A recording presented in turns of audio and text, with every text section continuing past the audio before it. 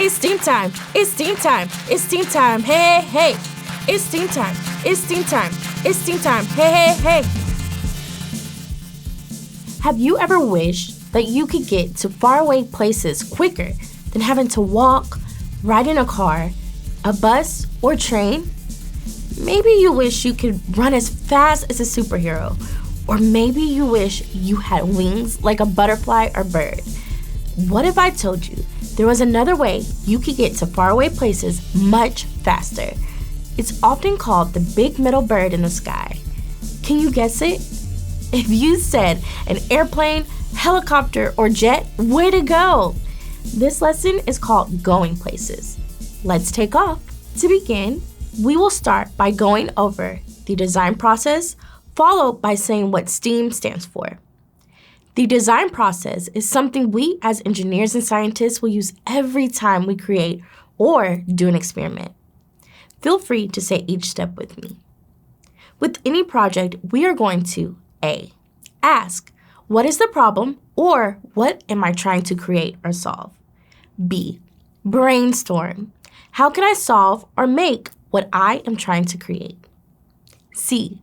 Collect. Collect information, data, or use prior knowledge to help you create your project. D. Develop. Start creating your project. E. Evaluate. What works, what doesn't work, and what can you do to make it better? And F. Fine-tune. I will try again until my design is where I want it to be. STEAM stands for Science, Technology, Engineering, Art, and Math. Great job! It is student question box time where we want to hear from you. Today's questions read, how do heavy objects like a plane stay in the air? What would happen if we didn't have planes or helicopters? And what are planes and helicopters used for? We will explore these questions and more all throughout this unit. So let's explore. Jets, planes, helicopters are all forms of aircraft. Aircraft are machines that can fly because of the force of air upon its wings. But how does such a big machine stay and fly in the air? Perfect question. Take some time to discuss with your class now.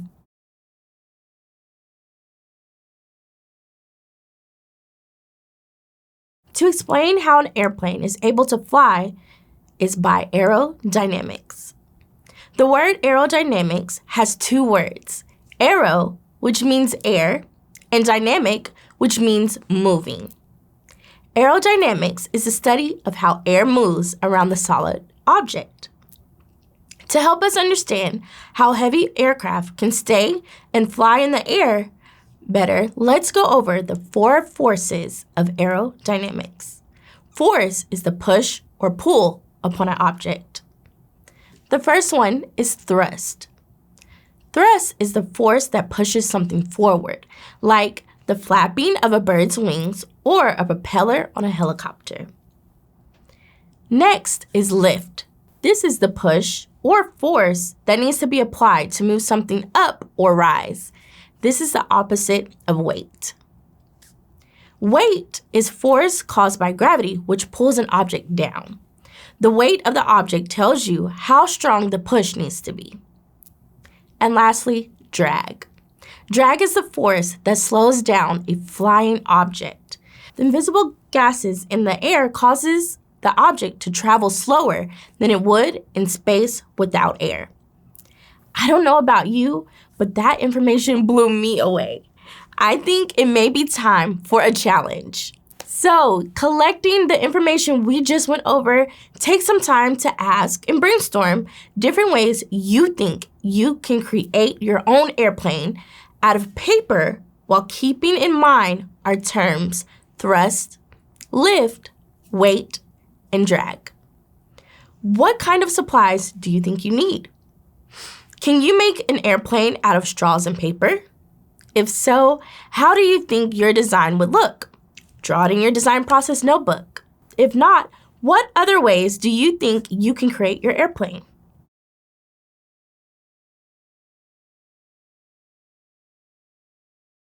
Wow, sounds like you're ready to take off, STEAM scholars. Let's engineer and create. For this project, we want to create a paper air flyer. So you will need scissors, double-sided tape,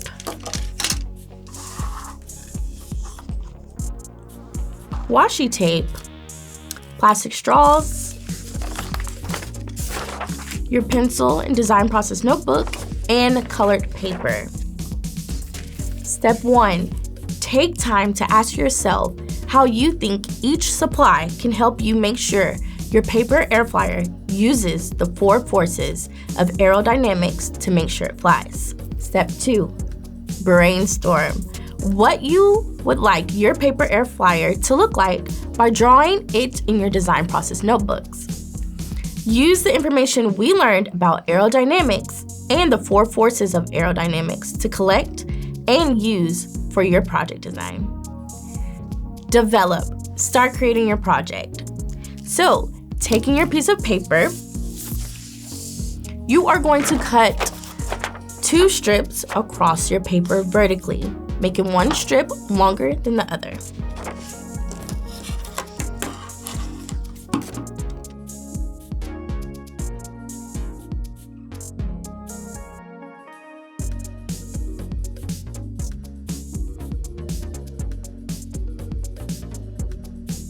Taking your piece of paper, you are going to cut one strip in half like I did, and now you're going to use your double-sided tape to make a circle out of both of the strips of paper and secure the ends with the tape. I've already laid out my pieces of tape, so I'm going to bend the paper and secure it.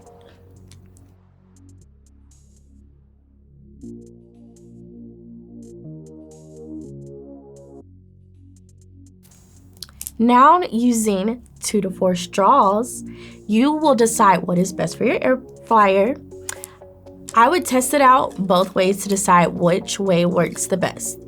And you will add these straws by using tape and adding that to your circles. So I'm going to start off using 2 straws and place tape.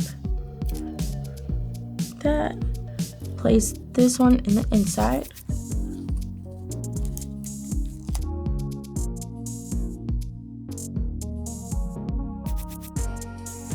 Then you can decide if you want to place the straws in the inside or leave them on the outside of your top piece of paper.